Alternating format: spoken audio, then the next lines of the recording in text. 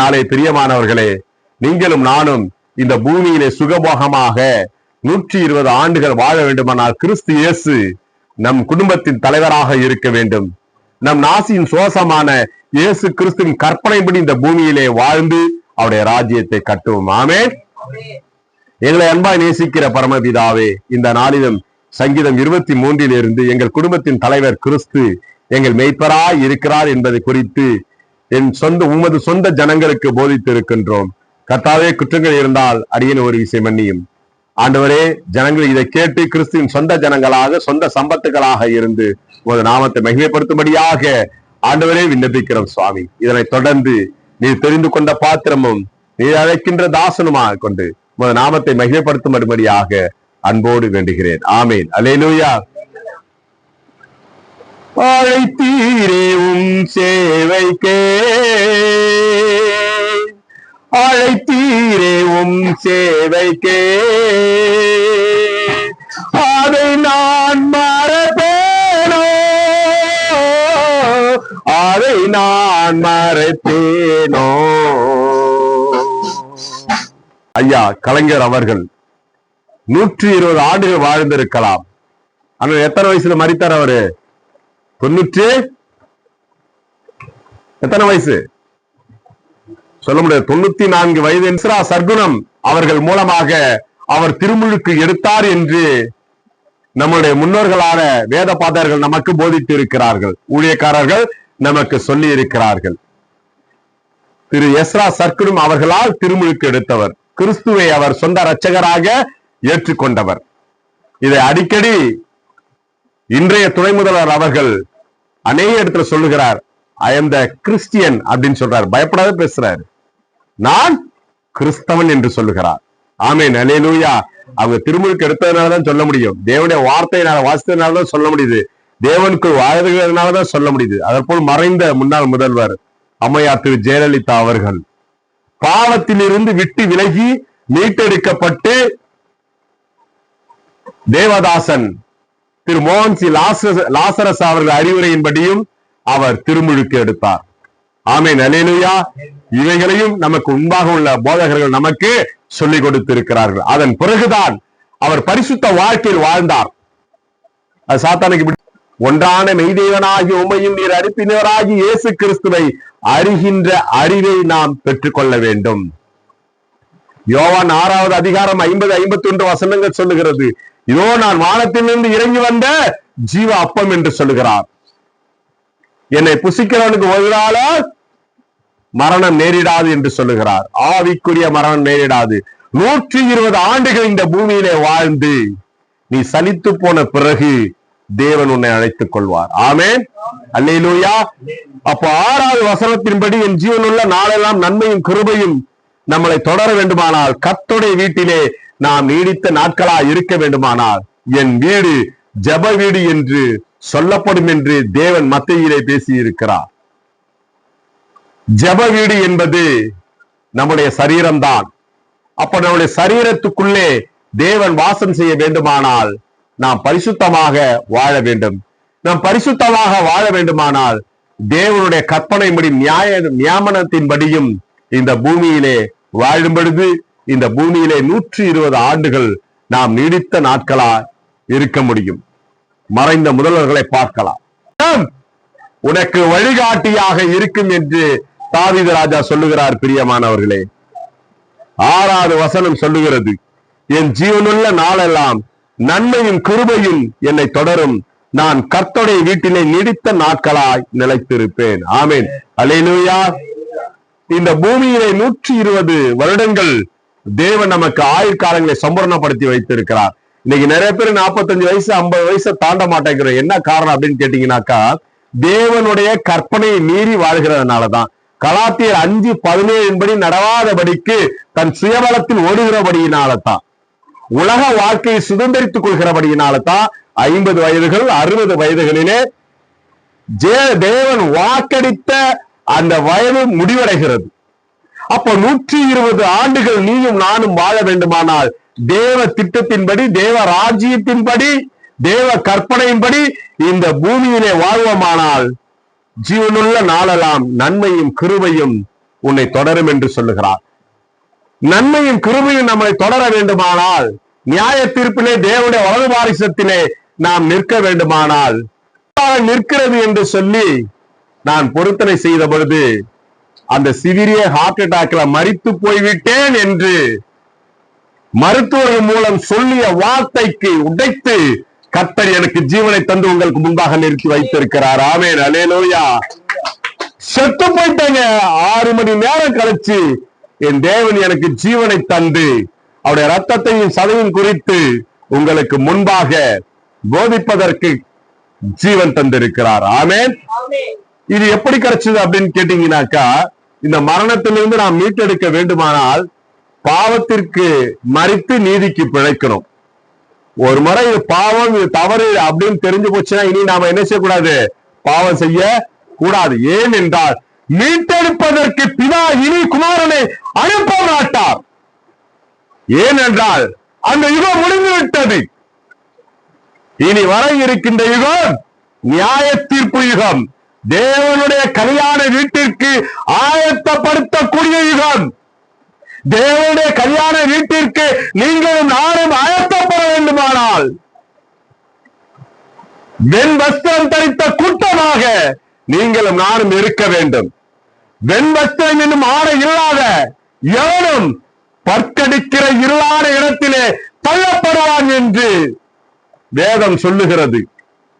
அந்த தேவனுடைய நியாய தீர்ப்பு என்னும் கல்யாண வீட்டிற்கு தான் ஒரு வெண்ணிற பரிசுத்த ஆடையான தேவனுடைய வார்த்தையை உங்களுக்கு நாங்கள் உடுத்தி கொடுத்து கொண்டிருக்கின்றோம். அவைகளை நீங்கள் அணிந்து சாத்தானின் கரத்தில் இருக்கின்ற இந்த உலகத்திலே தேவ ராஜ்யத்தின் திட்டப்படி வாழ்வதற்காக தான் உங்களுக்கு நாங்கள் இந்த புத்தி சொல்கின்ற இடத்திலே நாங்கள் புத்தியை கொடுத்து கொண்டிருக்கிறோம். பிரியமானவர்களே, இந்த வசனம் உங்களை ஆளுகை செய்யணும்னு சொன்னாக்கா நீங்க எப்படிப்பட்டவர்களா இருக்கலாம்? பாவம் செய்யக்கூடாது.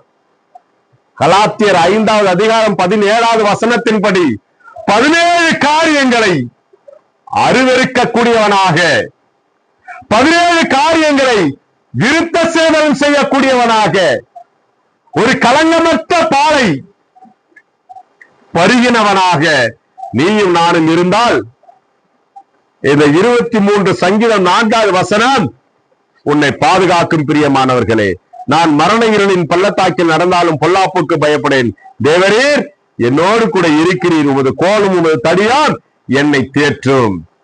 பாவத்திற்கு மறித்து நீதிக்கு பிழைக்கும் எடுத்து கிடக்கின்ற ஆடுகள்லாம் மேய்ப்பதற்கு இங்க மேய்ச்சலுக்கு வர வேண்டுமானால் நமக்கு ஞானத்தை தேவன் கொடுத்திருக்கின்றார்.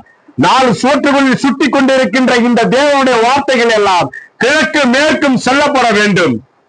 நீங்கள் புரிந்து கொண்டு அந்த ஊழியத்திலே அதற்கு தேவையான காரியங்களுக்கு நாம் துரிதமாக செயல்பட வேண்டும் என்று இந்த நாளிலே நினைவு கூறுகிறேன். அது மாத்திரம் இல்லாம 4வது வசனம் சொல்லுகிறது பாருங்க, நான் மரண இருளின் பள்ளத்தாக்கிலே நடந்தாலும் பொல்லாப்புக்கு பயப்படேன், தேவரீர் என்னோடு கூட இருக்கிறீர், உமது கோலும் உமது தடியான் என்னை தேற்றும். இந்த வசனம் 2013 எனக்கு திருஷ்டாங்கப்படுத்தப்பட்ட வசனம். நான் சிவியர் ஹார்ட் அட்டாக்ல இந்த இடத்துல விழுந்து போனேன்.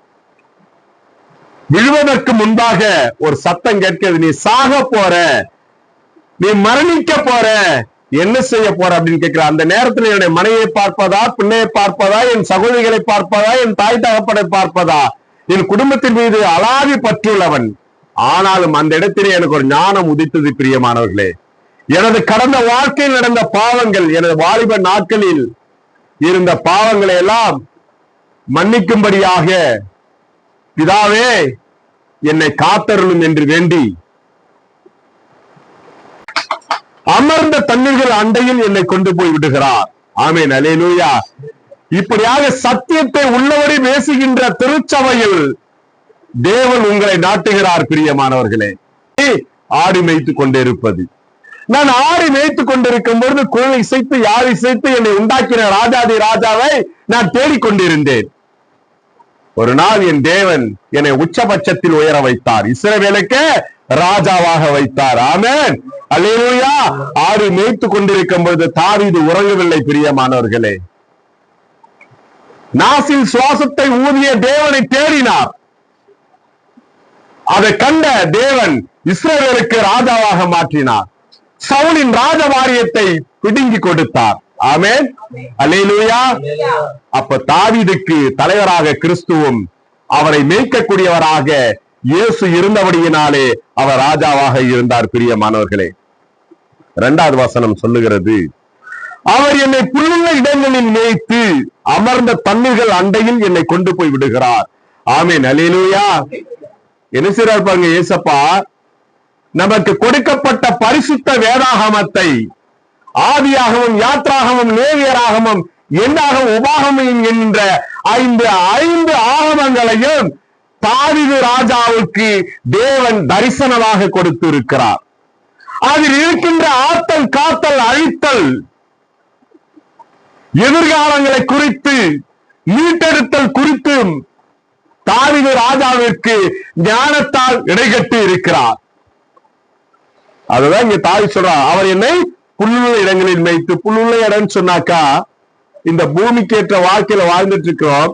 ஆனா தேவ ராஜ்யத்தின்படியாக வாழணும்னு சொன்னா நமக்கு கொடுக்கப்பட்ட இந்த பரிசுத்த வேதாகமத்தோடு நாம் வாழ வேண்டும். தேவ வசனத்தோடு நாம் எப்போதும் இசைந்திருக்க வேண்டும். தேவ வார்த்தையோடு நாம் எப்போதும் பிணைக்கப்பட்டு இருக்க வேண்டும். தேவ கற்பனையோடு எப்போதும் நாம் வாழ்ந்து கொண்டு இருக்க வேண்டும். தேவன் நமக்கு கொடுக்க பிரமாணத்தின்படி அவர் கொடுத்த அந்த பாதையிலே நாம் நடக்கக்கூடியவர்களாக இருக்க வேண்டும். இவைகள் எல்லாம் எங்கு இருக்கிறது என்று பார்ப்போமானால், இந்த புல்லுள்ள இடம் எங்க இருக்கிறது என்று பார்ப்போமானால், அது நமக்கு கொடுக்கப்பட்ட பரிசுத்த வேதாகமத்தில் தான் இருக்கிறது. பிரியமானவர்களே, அதை தான் தாவீது ராஜா சொல்லுகிறார், பரிசுத்த வேதாகமத்தை கர்த்தர் என் ஞானத்திற்கு கொடுத்தார், அந்த ஞானத்தின் பாலை நான் வாங்கி பருகிறேன். அந்த ஞானப்பால் காட்டிய வாழ்க்கை, அந்த ஞானப்பால் காட்டிய பாதையிலே அவர் நடக்க இருக்கின்ற சுவடுகளே நான் நடந்து சென்றேன் என்று சொல்லுகிறார். ஆமென். அப்ப புல்லுள்ள இடங்கிறது எது? தேவனுடைய வசனமோ வார்த்தையும் தான். அந்த வார்த்தை எங்க இருக்கிறது? தேவனுடைய திருச்சபையா இருக்கிறது. எங்கே ஒளிவு மறைவு இல்லாதபடி உள்ளதை உள்ளபடி பேசுகிறார்களோ அந்த இடம் தான் புல்லுள்ள இடம். அந்த இடம் தான் மேய்ச்சலுக்குரிய இடம். இது சிறு கூட்டம் தான். ஆனாலும் என் ஆண்டவர் சொல்லுகிறார், இது யாக்கோபின் பெருக்கூட்டம் என்று சொல்லுகிறார். கரங்களை தட்டி தேவநாமத்தை மகிமைப்படுத்த என்ன பத்திரமா கொண்டு போங்கன்னு சொன்ன இந்த குரலை தேவன் கேட்டார். அடுத்த நாள் பார்த்தீங்கன்னா ஒரு குடும்பம் அழைப்பு கொடுக்கிறாங்க. உங்களுக்கு நான் வாகனம் வாங்கி வச்சிருக்கேன், 2 வீலர் வாங்கி வச்சிருக்க, வந்து எடுத்துட்டு போங்க, 1 பைசா நீங்க கொடுக்க வேண்டிய அவசியம் அல்ல அப்படின்னு சொல்லிட்டு. அப்போ கிறிஸ்து என் மேய்ப்பராக இருக்கிறபடியினாலே, என் தலைவராக இருக்கிறபடியினாலே, எனக்கு தகப்பனாக இருக்கிறபடியினாலே என் பாரங்களையும் சுமைகளையும் அவர் அறிந்திருக்கிறார். அதனாலதான் இன்னைக்கு இலவசமா 1 லட்சம் ரூபாய் மதிப்புள்ள ஒரு 2 வீலர் கிடைச்சிருக்கிறது. ஆமென். இவைகள் எல்லாம் கர்த்தருடைய கிரியைகளால் நடந்தது. பிரியமானவர்களே, ஆமென், அல்லேலூயா. நமது குடும்பத்தின் தலைவராக அவர் இருக்க வேண்டும். தாவீது ராஜா அதுதான் சொல்றார், நான் ஆடு மேய்த்துக் கொண்டிருந்தேன். சொல்றார் பாருங்க எவ்வளவு அழகா, நான் ஆடு மேய்த்துக் கொண்டிருந்தேன், நான் என் தகப்பனுக்கு கடையந்திர பிள்ளை, என்னுடைய சகோதரர்கள் எல்லாம் இஸ்ரேல் ராணுவத்திலே பணிபுரிகிறார்கள். ஆனா தெரியலையே நம்மளை களவாட வந்துட்டானோ அப்படின்னு சொல்லிட்டு தன்னுடைய எஜமானுக்கு உடனே சவுண்ட் கொடுக்க ஆரம்பிச்சிடும். உடனே அவன் என்ன பண்ணுவான், ஏன் வந்து யாரு என்னன்னு பாப்பான். உடனே அதற்கு ஒரு எதிர்த்தரப்புல அவர் சவுண்ட் கொடுப்பான், யாருமே இல்ல, நீ மேய்ச்சலை கவனி அப்படின்னு சொல்லிட்டு. ஏன்னா இந்த திட்டங்களின் தலைவராக கிறிஸ்து இருக்கிறார். அதற்போல உங்களையும் என்னையும் இந்த பூமியிலே அவருடைய ராஜ்யத்தை நிறைவேற்றுவதற்காக, அவருடைய ராஜ்யத்தின்படி நடப்பதற்காக உங்களையும் என்னையும் ஆசாரியர்களாக வைத்து இருக்கிறார். ஆமென். இன்னும் அநேக ஆடு குட்டிகள் திக்கற்று திசை மாறி பாவத்தின் சம்பளம் மரணம் என்னும் அந்த அவல சத்தத்தை கேட்கின்ற கிழக்குக்குள் பாய்ந்து கொண்டிருக்கிறது. அவர்களுக்கு தெரியவில்லை நாசியில் சுவாசத்தை ஊதியது இரட்சகர் என்று தெரியவில்லை. உங்களுக்கு எனக்கும் தெரியுது. அப்ப இதை நம்ம கடத்தி கொண்டு போக வேண்டாமா? குருடாயிருக்கின்ற அவருடைய இருதயத்தை நாம் கொண்டு போய் சேர்க்க வேண்டாமா? உன் நாசியில் ஓடுகிற சுவாசம் தேவனுக்குரியது என்று சொல்ல வேண்டாமா? ஒரு மேய்ப்பன் சிகரெட் கொடுத்தோன்னே ஆடு அப்படி நிற்கும். சிக்னல் கொடுப்போம், உடனே நடக்க ஆரம்பிக்கும். சிக்னல் கொடுப்போம், யூட்டர்ன் போட்டு திரும்பி வரும். அதற்போலதான் நம்முடைய குடும்பத்தின் தலைவராக இயேசு கிறிஸ்து இருக்கிறார். அவருடைய சத்தத்திற்கு நாம் செவி கொடுத்து அவர் என்னெல்லாம் இயக்க சொல்லுகிறாரோ அந்த இயக்குனருக்கு நாம் செவி கொடுக்க வேண்டியவர்களாக இருக்க வேண்டும். பிரியமானவர்களே, அந்த இயக்குனர் ஒரு சாவியை கொடுத்து இருக்கிறார் நமக்கு. மீட்பு, ரட்சிப்பு என்கின்ற பாத்திரத்தை கொடுத்திருக்கிறார். அதை பத்திரமா கையில் ஏந்தி இந்த பூமியில அவருடைய ராஜ்யத்தை நாம் கட்ட வேண்டுமானால் கிறிஸ்து இயேசு உனக்கும் எனக்கும் தலைவராக இருந்தால் தான் முடியும். ஆமென், அல்லேலூயா. இங்க அதுதான் அழகா தாவீது ராஜா சொல்லுகிறார், கர்த்தர் என் மேய்ப்பராய் இருக்கிறார், நான் தாழ்ச்சி அடையேன். ஆமென். இந்த காலகட்டத்தின் அமைப்பில் எனக்கு சுற்றி உலக கடன் இருக்கிறது. நானும் மானுஷிகத்தில் இருக்கிறபடியினாலே கை நீட்டி இருக்கிறேன். இந்த நேரத்தில் ஒரு 1 லட்சம் ரூபாய்க்கு என்னால் வாகனம் வாங்க முடியாது. ஆனாலும் எங்கள் குடும்பத்தின் தலைவராக கிறிஸ்து இருக்கிறார், என்னுடைய இயக்குநராக கிறிஸ்து இருக்கிறார், என் ஆசையின் சோசமாக கிறிஸ்து இருக்கிறார். 15 கிலோமீட்டர் இந்த வாகனம், என்னுடைய வண்டி சைக்கிளை மிதித்து வந்ததை என் தலைவர் பார்த்து இருக்கிறார். நான் தடுமாறி அமர்ந்ததை என் தேவன் கவனித்து இருக்கிறார். வயதாகிவிட்டது, 51 வயதுகள் ஆகிவிட்டது, நான் சைக்கிள் மிதிக்க வேண்டுமா என்று எடுப்பதற்காக தான் சகோதரியே உன்னை தேவன் தேர்வு செய்து வைத்திருக்கிறார். இனி உன் குடும்பத்தில் அழக சத்தம் வேண்டாம், மரண சத்தம் வேண்டாம், உன்னை கொண்டு எக்கால சத்தம். இதோ கிறிஸ்து ஜெயிக்கிறார், கிறிஸ்தன் குடும்பத்தின் தயாராக இருக்கிறார் என்ற அந்த எக்கால சத்தம் உன் குடும்பம் இனி மீட்டெடுக்கப்படட்டும். இனி உனது குடும்பத்தில் மரண சத்தம் கேட்காமல் இருக்கட்டும். என் ஆண்டவரும் இரட்சகருமாகிய இயேசு கிறிஸ்து நாமத்தினாலே இந்த நேரத்தில் வேண்டுகிறேன். பிரியமானவர்களே, பிரியமானவர், அவர் என்னை புல்லுள்ள இடங்களில் வைத்து அமர்ந்த தண்ணீர்கள் கொண்டு போய் விடுகிறார். ஆமென், அல்லேலூயா. உங்களுடைய வாழ்க்கையில எல்லாம் என் குடும்பத்தின் தலைவராக கிறிஸ்து இருக்கிறார்னு எத்தனை பேர் விசுவாசிக்கிறீங்க? Praise the lord. எங்கள் குடும்பத்தின் தலைவராக கிறிஸ்து இருக்கிறார். ஆமென், அல்லேலூயா. பிரியமானவர்களே, பிரசங்கி சொல்லுகிறார், இந்த சூரியனுக்கு கீழே நீ படுகிற பாடுகள் எல்லாம் மாயை மாயை மாயை என்று சொல்லுகிறார். ஆமென், அல்லேலூயா. எனது அன்பு சகோதரி, மூத்த சகோதரி குடும்பங்களத்திலிருந்து வருகிற சகோதரியுடைய வாழ்க்கை தரத்தை பார்க்கும் பொழுது அந்த குடும்பத்திலே, அவர்களை சார்ந்து இருக்கின்ற குடும்பத்திலே மரண அவசத்தம் அதிகமாய் கேட்டுக் கொண்டிருக்கிறது. ஆனால் என் சகோதரியுடைய அங்காளிப்பு மாத்திரம் மரித்து போன எனது அன்பு சகோதரி குடும்பத்தின் தலைவராக கிறிஸ்து இருந்திருந்தால் இந்த மரணம். பிரியமானவர்களே, சங்கீதம் 23 இன்று நேர்த்தியாக கண்காணியனால் வாசிக்கப்பட்டது. அவருடைய காரியங்களை தாவீது ராஜா நினைத்து பார்க்கிறார். ஜீவனே இயேசுவே வழி சத்தியமே, என்பவனே ஜீவனே இயேசுவே வழி சத்தியமே, பாவியின் நீதி ஏன் இந்த அன்பு ஒன்று முறியலையே, சித்தன் என் மீது வைத்திட்ட பின்பும் வாழ தெரியலையே, இன்னும் வாழ தெரியலையே, வாழ தெரியலையே, இன்னும் வாழ தெரியலையே. பிரியமானவர்களே, இந்த நாளிலும் கூட ஒன்றுக்கு முதவா கரையாயிருக்கின்ற இந்த அடிமையை உங்களுக்கு முன்பாக சாட்சியின் பீடமாக என் தேவன் வைத்ததற்காக என் கண்மலையும் மீட்பெருமாகிய கர்த்தாவே, என் வாயின் வார்த்தைகளும் என் இருதயத்தின் முழு தியானமும் உமது சமூகத்தில் பிரதியாயிருக்கட்டும். சுவாமி, அடியின் சுயபலத்தில் பேசாதபடிக்கு பரிசுத்த ஆவியானவர் பேசும்படியாக வேண்டுகிறோம். அதற்கு அடியனுடைய தொண்டையும் உதடும் நாவும் உமக்குரிய பங்கு. அப்பா, என்னை அடியிலே ஆக்கும் அது பாதத்தில் ஒப்பு கொடுக்கிறோம். இயேசு கிறிஸ்துவின் நாமத்தில் வேண்டுகிறேன் நல்ல பிதாவே, ஆமேன். பார்த்து அதை நினைத்து பார்க்கும் பொழுதெல்லாம் என் இருதயம் எல்லாம் நொறுங்குகிறது. ஏனென்றால் 2 மாதங்களுக்கு முன்பு என்னுடைய வாகனம் காணா போயிடுச்சு. உங்களுக்கு எல்லாருக்குமே தெரியும். அது நான் ஏதோ தவறு செய்து விட்டேன். தேவன் நிச்சயமாகவே எனக்கு ஒரு தண்டனை கொடுத்திருக்காரு. அப்படித்தான் நான் அதை ஏற்றுக்கொண்டேன். ஆனால் கடந்து வந்த எனது நடைப்பயணங்களையும் என்னுடைய மிதிவண்டியை நான் மிதித்து வந்த அந்த காரியங்களையும் கடைசி ஒரு நாள் நான் என்னுடைய மிதிவண்டியில கும்பகோணத்திலிருந்து வரும்போது சோர்ந்து போய் தோண்டு போய் வந்ததையும் என்னுடைய தேவன் பார்த்தார். எங்க அப்பாவுக்கு ஒரு பெரிய காரியம் உண்டு, ஊழியக்காரர்களுடைய நலனை விரும்புகிற தேவன். இதனை கண்ட ஒரு குடும்பம் கண்ணீரோடு எனக்கு ஒரு வாகனம், புது வாகனத்தை வாங்கி கொடுத்திருக்கிறார்கள். தேவன் செய்த மிகப்பெரிய ஒரு அதிசயம் அது.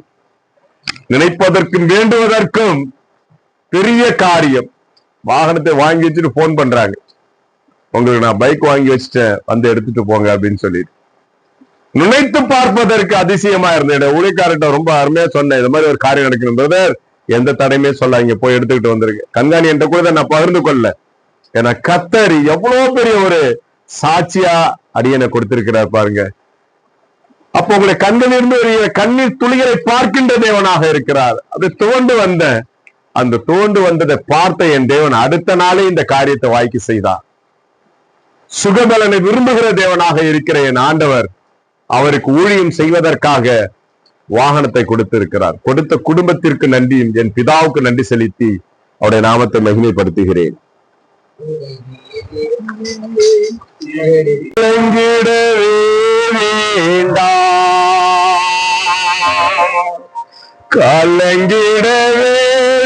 வேண்டாம் மகளே, கலங்கிடவே வேண்டாம். நம் இயேசு கைவிட மாட்டார், நம் இயேசு கைவிட மாட்டார். ஆமீன். சாட்சிகள். இன்னும் ஒரு 45 நாட்கள் இருக்கிறது. ஒரு புதிய நாட்களுக்குள் பிரவேசிக்க இருக்கிறோம். நம்மளை எப்பொழுதும் கர்த்தர் நன்மையினாலே முடிசூட்டி கொண்டு இருக்கிறார். ஆமென். அல்லேலூயா. ஆனபடியினாலே அந்த நாளை டிசம்பர் மாதத்திலே கச்சிக்கட்டு பகுதியிலே உபவாச கூடுகை 3 நாள் வைத்திருக்கிறார்கள். நாம் எப்பொழுதுமே கிறிஸ்து பண்டிகையை கொண்டாடுவது அல்ல, புது வருடத்தை கொண்டாடுவதல்ல. ஏனென்றால் அவைகள் எல்லாம் பழையவைகளாக இருக்கிறது, புளித்த மாவாக இருக்கிறது. நாம் அதற்குள் பிரவேசிப்பவர்கள் அல்ல. ஆனாலும் அங்கு மறங்கடிக்கப்பட்டு இருக்கின்ற ஜனங்கள் அந்த நாளிலே கூடுவார்கள் என்று அந்த தேவதாசர் சொன்னார்கள். ஆனபடியினாலே அந்த இடத்திலே நாங்கள் இயேசு கிறிஸ்துவின் ரத்தத்தையும் சதையும் குறித்து கிறிஸ்தாங்கப்படுத்துவதற்கு விரும்புகிறோம். நாம் திருச்சபையாய் அங்கு கூடி தேவனை மகிமைப்படுத்தும். ஆமென். அல்லேலூயா. ஆலயத்தின் நற்செய்தி முடிவடைந்தது. ஒரு நாளிலே நாம் பகிர்ந்து கொள்வோம். கடந்த நாட்களிலே தேவன் செய்த அதிசயங்களை நாம் காணிக்கையாக கொண்டு வருவதற்கு முன்பாக தேவதாசன் அவர்கள், கண்காணியன் ஒரு பாடலை பாடும் பொழுது நாம் ஆயத்தமாக இருப்போம். ஆமென்.